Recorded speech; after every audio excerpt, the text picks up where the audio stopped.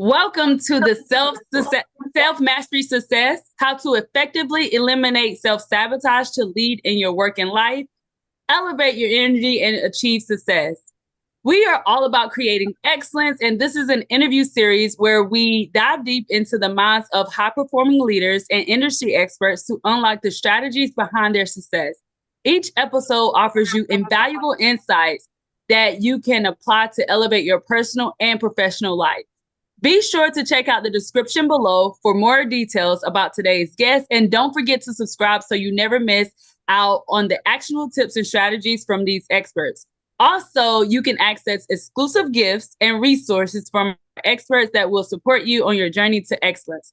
Today, our guest is Mr. Tyler Jensen. How are you doing? I'm doing excellent. Devon, thank you so much for having me on the show. Of course, of course. So tell the audience a little bit about who you are, what you do, and who's the audience you love to support. Perfect. So we do top performance coaching. That's our mission is we want to help individuals live their best life and overcome the struggle of complacency within their life and their business. And our main target, we help a lot of insurance agents. That's where my background comes from.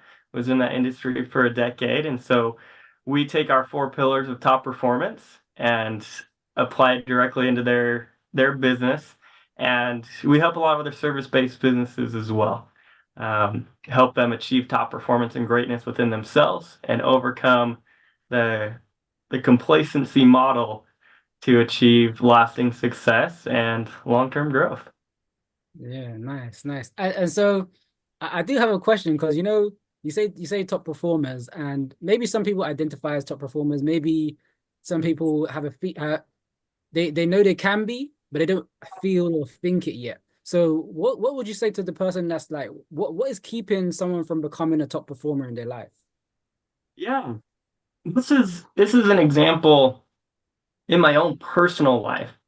When I owned an agency, I had feelings of self-doubt, I had feelings of inadequacy, and oftentimes I had those moments where I was like, I am doing amazing, right? I'm being a top performer right now. Like this is so cool. And then all of a sudden I would get hit back with another setback and it was just, oh, this is awful. This is terrible. What am I doing? And I had one of those experiences. It was right before Christmas, and I had a huge cancellation. It was one of the largest policies I'd ever written. And in the insurance world, you have to back pay premium on canceled policies. So it nearly wiped out everything coming into the business. And so I was sitting there writing out payroll checks for my personal checking account and just wondering how in the world am I supposed to continue? And then it was that moment my wife just looked at us or looked at me and she said, "You're going to be okay. You're going to provide for the family. Go out and figure it out." And that's that day that I started studying top performance. And so for the last several years, I've looked and observed at what people do. And I've realized that top performance can be found anywhere. It can be found by anyone at different moments and at different states. Because when people are operating in top performance, they are executing in these four pillars. And so, Devon, that's what you just said. Like sometimes people feel like, oh, I can be a top performer here. Or sometimes, oh, no, I'm not right now. And they have this self-doubt. And it's because in those moments, they are top performers, but then they move out of it. Top performance is an ongoing basis. It's a constant decision to step out on the trail and execute in the four pillars. Now, before I realized what these four pillars were, I never viewed myself as a top performer in my agency. It wasn't until years down the road when I realized kind of the key aspect, which is optimism. Having that mindset allowed me to then look back at the years owning an agency and realize I was a top performer in those moments. And it's that realization, it's that mindset shift that can make all the difference for individuals. Mm. Okay, so you gave us one. Now you get to tell us what are the other pillars of top performance. So the first pillar starts with optimism. And so that's the Latin word. One thing you'll learn about me quickly is I'm a huge nerd. Always have been ever growing up. So I love the study of words. And so the Latin word for optimism means best. It doesn't mean happy. It doesn't mean positive. It means best. So how do we have the best version of ourselves? Are we doing the best thing for our clients? Are we serving the best avatar? Are we giving them the best experiences? And that leads us to our second pillar, which is systems. How do I create the best systems within our business? So looking at the tasks we have to do and how do we create systems and processes to either automate or to hire those out and create systems for employees to make sure they're successful. And then when we have successful systems, we get consistent results. And that's what's going to drive us to our third pillar, which is power. Power is application of knowledge. And then our fourth pillar drives consistency, and that's focus. You need a direction and you need a focus in your life and your business in order to continue on that cycle of top performance on a consistent basis. Okay, so optimism, systems, power, and focus. That's an interesting bunch right there, very interesting. So, because when you said optimism, something came up for me.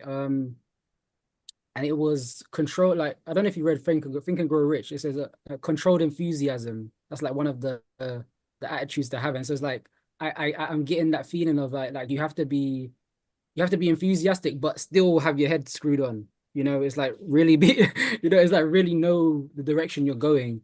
And that's some really interesting pillars. I think we'll get to that. But Zay, I think you have a question. Yeah. So, because I know you also said that you mainly work with top performers. And so what are some natural tendencies, in life and business, both to support top performance, but then also to sabotage top performance? Yeah. So I like to talk about, we have our 3 complacency models. Okay. And the first complacency model, this is essentially us being overwhelmed. And so when we don't have systems in place, we run by chaos. And that's how a lot of people run their lives. I'm a dad of 3. I am a parent, so I know what chaos feels like. And when we have no systems, which a lot of businesses run by, then oftentimes we can get things that work throughout the day. We can get things that don't work. And that leads to success and failure. Now, when you're running by chaos, you just feel busy all day long. You just kind of feel overwhelmed and you're going from task to task to task because there's no system in place to follow. And that leads to complacency in and of itself because there's no growth every single day. You're constantly busy but not seeing any results. Yeah. And so that's our first model of complacency, is the feeling of being overwhelmed. Now, both of those, when you feel success, it's temporary. And when you feel failure, your pessimism, the opposite of our first pillar, pessimism, is going to lead you to feel complacent, because our natural tendency towards negativity is going to tell your mind, oh, today wasn't successful. Oh, it's going to bring back all those negative feelings of the day. I'm sure you've had this experience where you come home from work and your spouse asks you how your day went. And the first thing that comes to your mind is everything negative about the day. Mm-hmm. So your brain is just going to naturally take you there. Now, the second model of complacency that keeps people from top performance is when you do have a system in place, but when it doesn't work and you receive like a cancellation, somebody rejects you, somebody yells at you, a client comes and says, this is awful. And then you view that as a failure. So because of our natural tendency of pessimism, we dwell on that. Mm-hmm. And then that induces fear. Yeah. And that fear keeps us safe. So the next time you have to make a call, your brain says, don't make that call again. That was scary the last time. Somebody yelled at you. And so then that induces complacency. So that's what we call our natural tendency. That's our natural complacency model. And people do that on average 2 hours a day. Wow. Mm. Wow. Oh. You know what's interesting? Hopefully the audience caught on, but I'm like very, very on point. So it's like I noticed that when you was describing the complacencies, you'll see the connections between the pillars as you was describing it. And so what was so interesting is like, okay, for example, when you said or you have systems, but it doesn't work. It's like that's the power. You can't apply it, right? Correct. But and so now and then of course now when you're in that process where now okay you've got the power, you've got all the tools you need, but it's like now you're just losing focus because now you're distracted even though you got everything in place. Like what's the so tell us how do we use the complacency template and the pillars together to respond to these different trials that actually happen in these different aspects of our life? You are right on point, Devon. You literally described it. Because that's our next model. When we add in that first and third pillar, when things go wrong, when people experience a setback and a trial, the optimist doesn't view it as a failure. The optimist says, this was the best thing for me. Remember, optimism means best. How do I improve from this? How do I learn from this? And most importantly, how do I apply this back into my life and into my systems? So the power aspect helps us change direction. So when the top performers just don't feel setbacks, right? They just don't have failures. We all have failures. It's the way we respond. Mm-hmm. Do you become a victim of that circumstance, or do you become a victor of that opportunity? Mm-hmm. My view is there are no failures in life. There's only opportunities for growth. And so as we increase our power, that becomes a success. It applies back into our systems. And now focus negates our fear. Yeah. There is no fear when the focus is clear, because when you have focus and direction and time framing, fear cannot exist, which leads to top performance. Now, this experience, people can be in top performance. They can have a great system. It works. They learned from it. They have a focus for the day.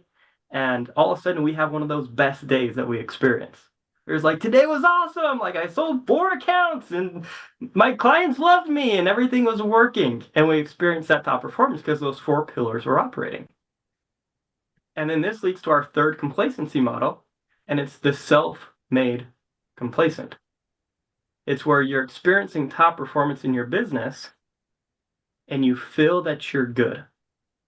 You feel like you've made it and you stop progressing.